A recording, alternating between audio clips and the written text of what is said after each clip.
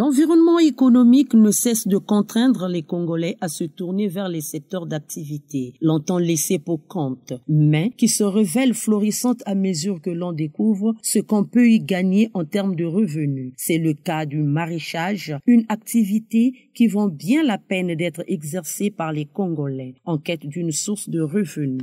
Ça, c'est le Biambo. Je suis ici depuis presque bientôt une année. Bon, je suis venu pour faire mes plantations. Les carottes, les choux, c'est ce qu'on exploite ici. En tout cas, ça, c'est la zone. Ça sort très bien. Vraiment, avant, on ne le faisait pas. Les gens sont venus. Ils ont essayé quand même de voir comment on cultive tous ces genres de trucs-là. Ils ont essayé. Et ça tenait plus jusqu'à aujourd'hui. Bon, ça marche.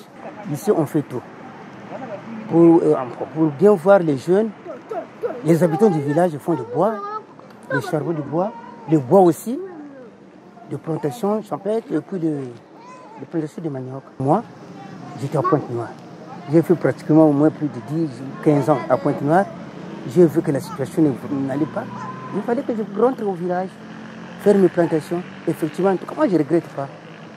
Dans un pays qui n'offre plus assez de perspectives aux jeunes, nombreux d'entre eux ont choisi de confier leur peine à la terre, en dépit de leur diplôme et de leur cursus scolaire. Je suis venu ici à Liambou, dans la ville de Pointe-Noire, c'est un petit village, je suis à Liambou, où nous faisons des jardins pour avoir de quoi s'acheter des cahiers, prendre des soins, disons, des soins pour aider les parents à trop dépenser aussi. Nous devons aider les parents et c'est ce que nous faisons ici.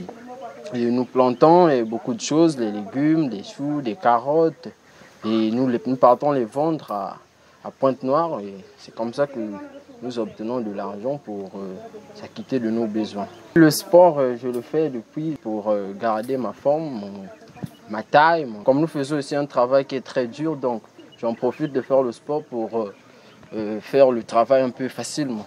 J'étais à Pointe-Noire, je suis venue à Liambou pour voir mes parents, pour leur aider aussi à travailler, à faire un peu de jardin, pour avoir un peu de l'argent à bientôt la rentrée, donc il faut travailler. Il y a un bon rangement parce qu'on plante les choses, on vend, on envoie de l'argent, donc ça marche. On cultive tout, par exemple l'haricot, les carottes, les choux, donc à peu près tout. Je préfère à Pointe-Noire parce qu'ici il y a trop de travail, je ne suis pas aussi habituée ici. Donc je vis beaucoup à Pointe-Noire ici, je viens ici pendant que les vacances, donc je préfère à Pointe-Noire. À Pointe-Noire, tu reviens de l'école, tu viens à la maison, tu regardes la télé, il y a tout là-bas. Mais ici, tu pars au champ, tu viens, on te donne encore du travail, donc parfois tu es fatigué, donc je préfère à Pointe-Noire. Ces jeunes maraîchers de fortune qui ont parfois du mal à s'adapter à cet environnement pratiquent les maraîchages soit pour préparer la rentrée des classes ou pour subvenir à leurs petits besoins. Ici, nous sommes actuellement à Liambou. Nous faisons l'agriculture. L'activité principale ici, c'est l'agriculture et nous produisons pas mal de choses. Autrement, les carottes, les persils, les barbadines, en fait, beaucoup de choses. Vraiment, c'est très rentable.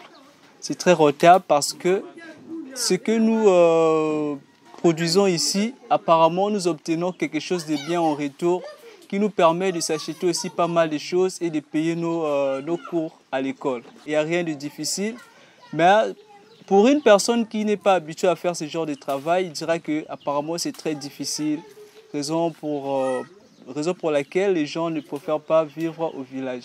Je préfère même être ici parce qu'ici je dépense moins. Même ici, on n'achète pas de l'eau, on n'achète pas le bois, on n'achète pas les maniocs. C'est nous-mêmes qui les produisons.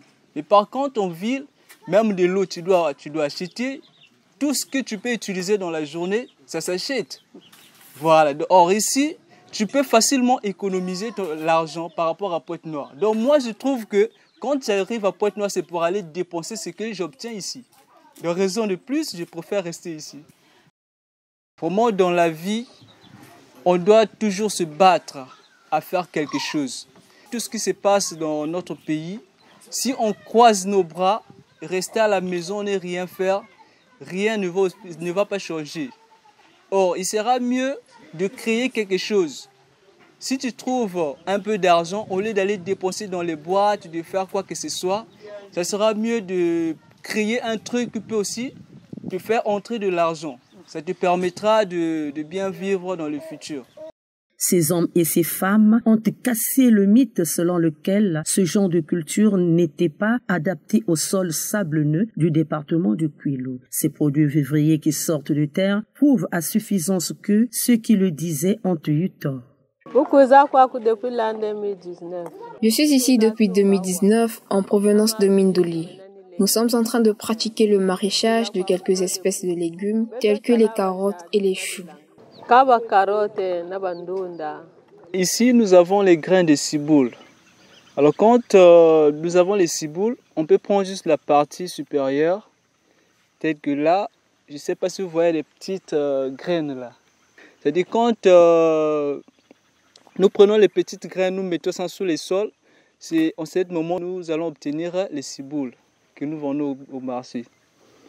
Mais là, par contre, tu peux aussi aller directement acheter une boîte de ciboules dans la boutique. Mais ça, c'est quand toi-même tu veux en fabriquer.